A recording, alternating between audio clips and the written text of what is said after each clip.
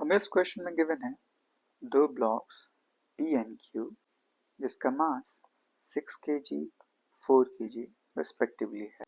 एक smooth horizontal surface पे placed है जैसा इस फिगर में दिखाया गया है। अगर इस सिस्टम पे दो फोर्सेस एक्ट कर रहे हैं, F1 100 newton and F2 x Newton.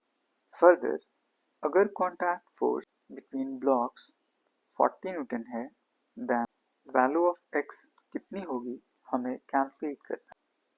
सबसे पहले सिंस ये दोनों ब्लॉक आपस में कॉन्टैक्ट में, सो दोनों का एक्सेलरेशन सेम होगा। So using second law we can write acceleration of system equals to net force acting on system divide by total मास।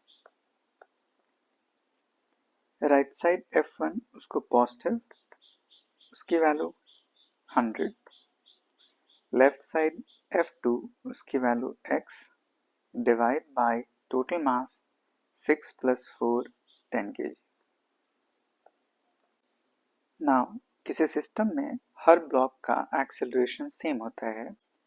सो इस 4 kg ब्लॉक के ऊपर FBD ड्रॉ कर लेते हैं।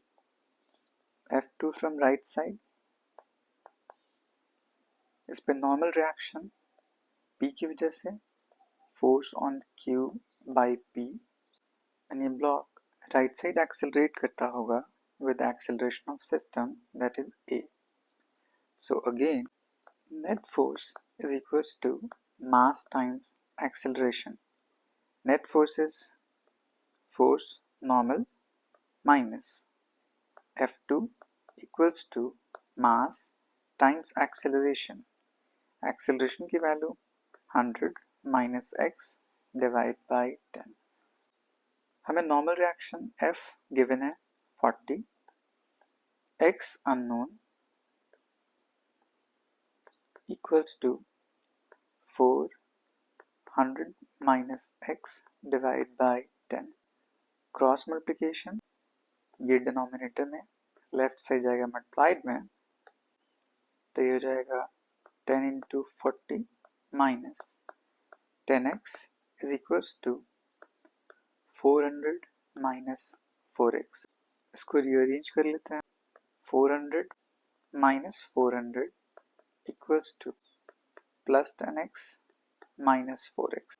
So 0 is equals to 6x.